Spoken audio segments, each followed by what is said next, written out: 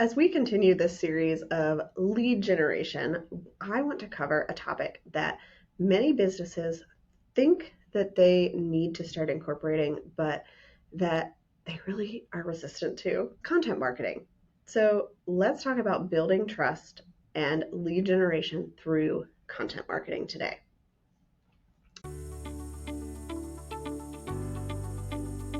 Welcome to Process to Profitability, hosted by me, Samantha Main. Process to Profitability centers on strategic processes that reduce costs while increasing conversions, productivity, and efficiency for creative CEO women who are growing sustainable, successful service-based businesses. We'll discuss strategies that produce sustainable profits and how to apply these processes to your small business through solo episodes and some amazing guests this season. First, I want to talk about why I think people are resistant to content marketing. And I have been there, so do not think you're alone in this. But what I have thought about as I think about content marketing is that we feel so inundated by all the things we should do or have to do that we just want to push all of that to the side. And most of us want to focus on client work. We want to serve the clients that we already have. What content marketing does and why I think it's so important, especially compared to a lot of the other marketing efforts that people see as easier to do or more effective, is content marketing is a long-term strategy for your business. So we're going to talk about that in this episode. But what I want you to think about is content marketing means that you are creating content that is going to live on forever. Nothing ever truly goes away. And it lasts and has a much greater impact than an Instagram post or a TikTok video or a reel that you've created, even if it goes viral and so it keeps coming back around. Content marketing is a long-term strategy that is going to last for years to come. One of the key reasons that I love this as one of our lead generation strategies is because it gets people to your actual website. If you're doing all your content marketing through social media, the goal of that platform is to keep people on that platform. And so they don't want you to use your content to get people to go sign up for your email newsletter or to apply to work with you. They want people to follow you, like your posts, and then continue to scroll through to more of your posts or somebody else's. They don't want people to leave. And when we actually want to build leads, we need them to leave that platform to take action.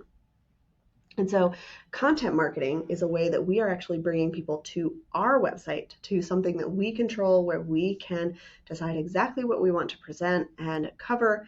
And that is going to be a lot more effective as a lead generation strategy. Beyond just being long-term, it builds a relationship.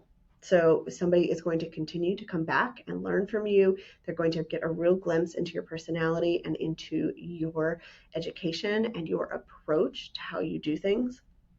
It's also going to educate your audience. So if you are a naturopathic doctor and you are talking a lot about hormones and fatigue, you are going to be educating your audience about those things, but also about how you do things and what questions they might need to be asking. Maybe you've given them a quick way that they can improve their health now, and so they trust you. And that's the next piece of building trust through content. You position yourself as an authority.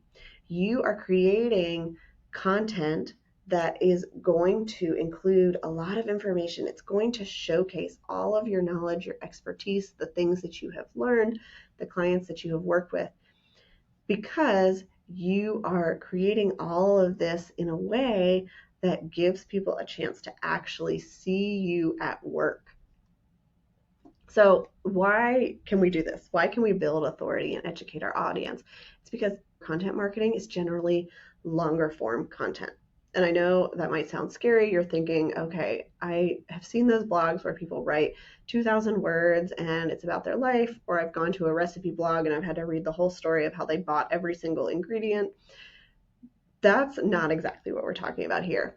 Yes, good content marketing comes through blog posts, videos, and through podcasts. Those are the best platforms. And it is longer form content, but there are no rules as far as how much you have to write or how many words it has to be. What you're really trying to do is create things that are going to answer people's questions. So my former guest and friend, Brittany Herzberg, says that SEO is the way that you get to be the answer to the question on Google, and content is the way that you build up that SEO. The type of content that you choose to create is going to depend on your audience, their needs, and their preferences. But what we really want to do is have that content live on your website so that they can be directed back there to learn more about working with you. Blogs are the easiest way to do this. Obviously, your website would host your blog, you would have the blog post there, and that's super simple, right? You click on the blog link, you can read all that information. Google sees that you've created all of these blog posts, and so it helps to benefit your SEO.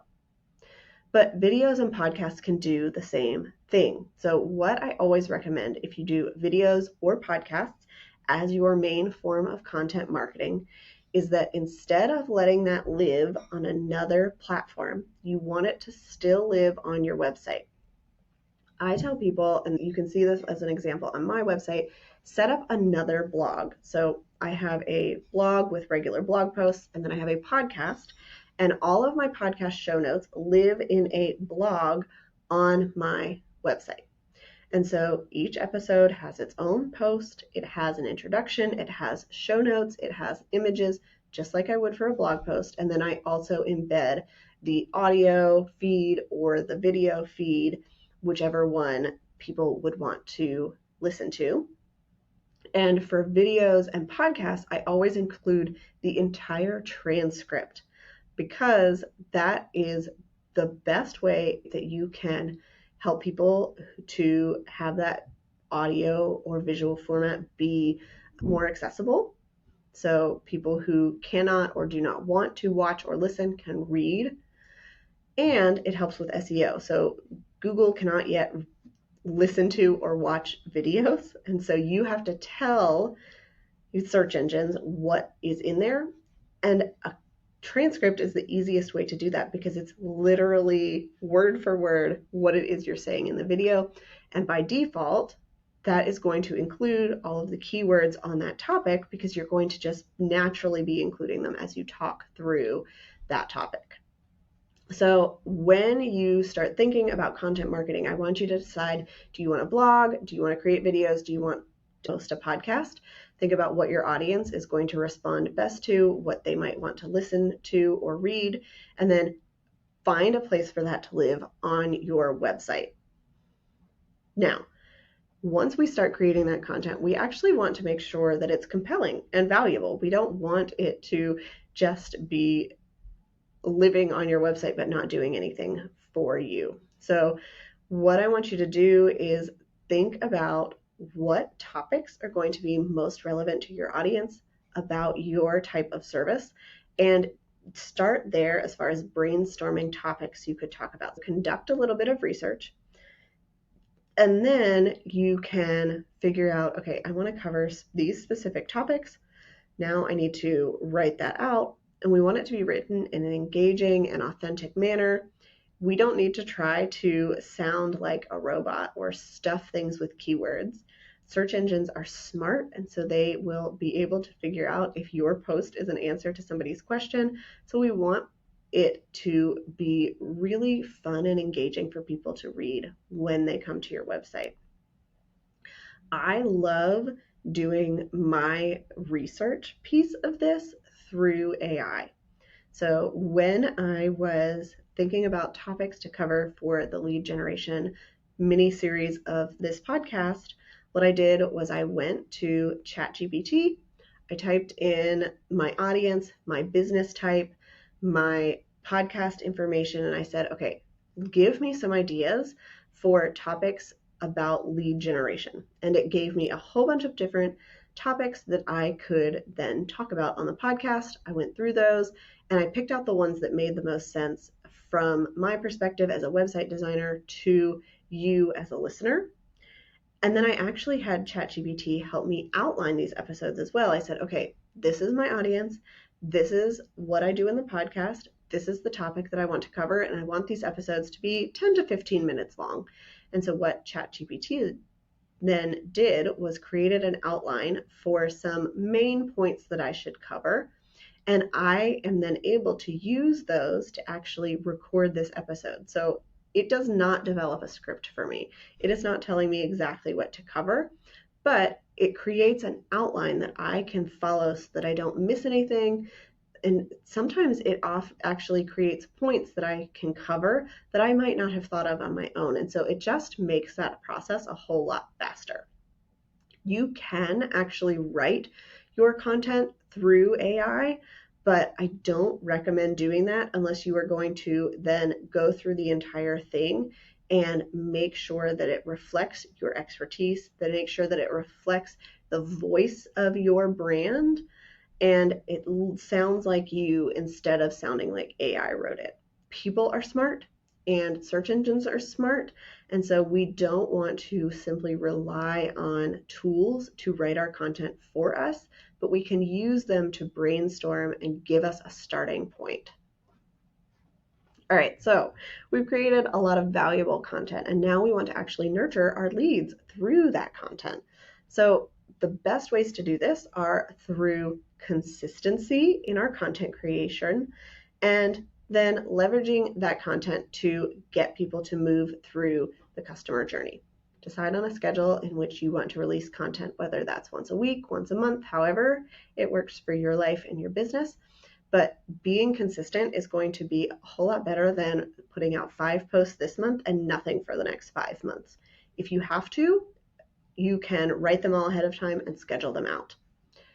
And then we also want to leverage that content to guide leads through the customer journey. So we're starting by building awareness of the problem that they're having, building awareness of our solution, building awareness of us as an expert. Then we are moving them into considering working together and making sure their questions are answered, that they feel comfortable, and finally converting them into clients. The best way to do this through your content is to cover a wide variety of topics related to your service. So you are not only doing kind of an intro to what is it that I do and how can I solve this particular issue, but then you can also offer posts about this is how I, in my business, approach something. So you want to think about how you can build awareness, build connection, and that is eventually going to convert people into clients. And I also want you to remember that on every post that you create, you should have some kind of call to action other than reading that post. What I like to do is at the bottom, I have some related posts so that they can continue to read more if they want to do that.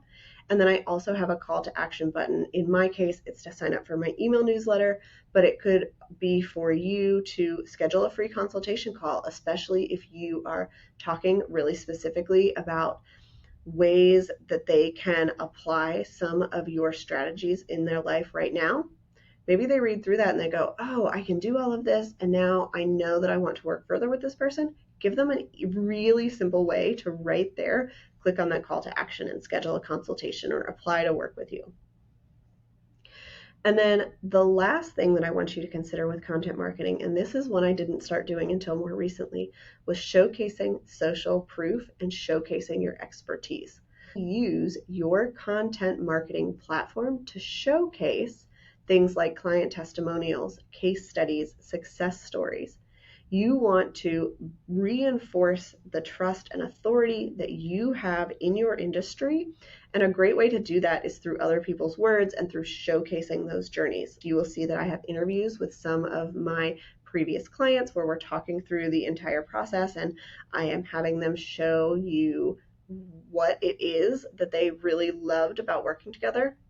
And then on my blog, I actually have detailed case studies on there for each of my clients where I'm showcasing, here's what it was like before, here's what we did, here's what it looks like now, here's what they said. And I have created a way that I can share that social proof through what I've done for my clients. Other people who are coming to my blog and maybe they're reading about how to customize a button on Squarespace, they could then find a post that says, oh, here is a design that you might like to look at.